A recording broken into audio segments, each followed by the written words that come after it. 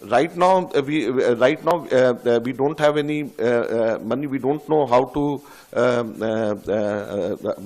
because we don't have any money to spend.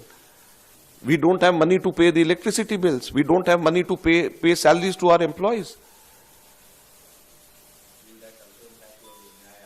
Everything is impacted, no? Not only Nyaya, everything will be impacted. All political activities of the Congress party will be impacted. Now online donation, people are giving money to us and we are spending. So now this message will go when we are giving money and it is not coming to the party, should we give the money or not? हम लोगों को परसों ये जानकारी मिली कि जो check हम लोग इशू कर रहे हैं वो बैंक्स उस चेक को ऑनर नहीं कर रहे हैं। उसके ऊपर जब हम लोगों ने आगे छानबीन करी तो हमें बताया गया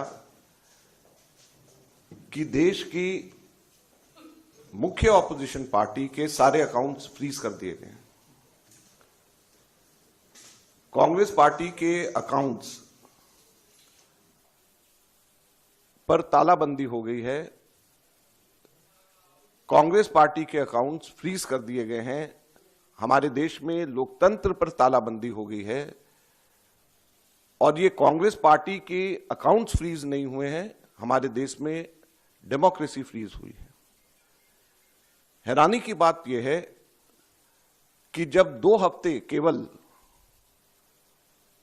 यह हफ्ता चुनाव घोषणा के लिए रह गए हों, ऐसे समय में प्रमुख ऑपोजिशन पार्टी के अकाउंट फ्रीज करके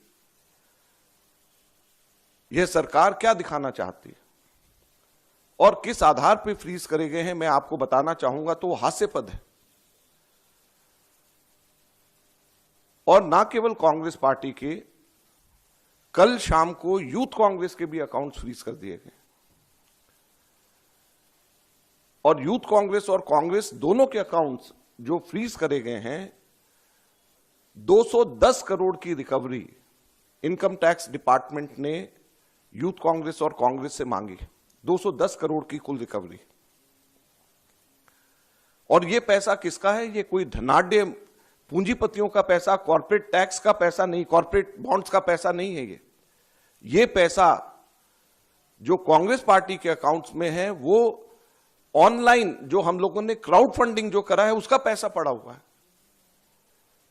लगभग 25 करोड़ रुपया हमारा इकट्ठा हुआ है जो हमारे देश के अंदर, जिसमें 95% से भी ज्यादा पैसा 100 रुपए से भी कम यूपीआई से लोगों ने जमा कराया है।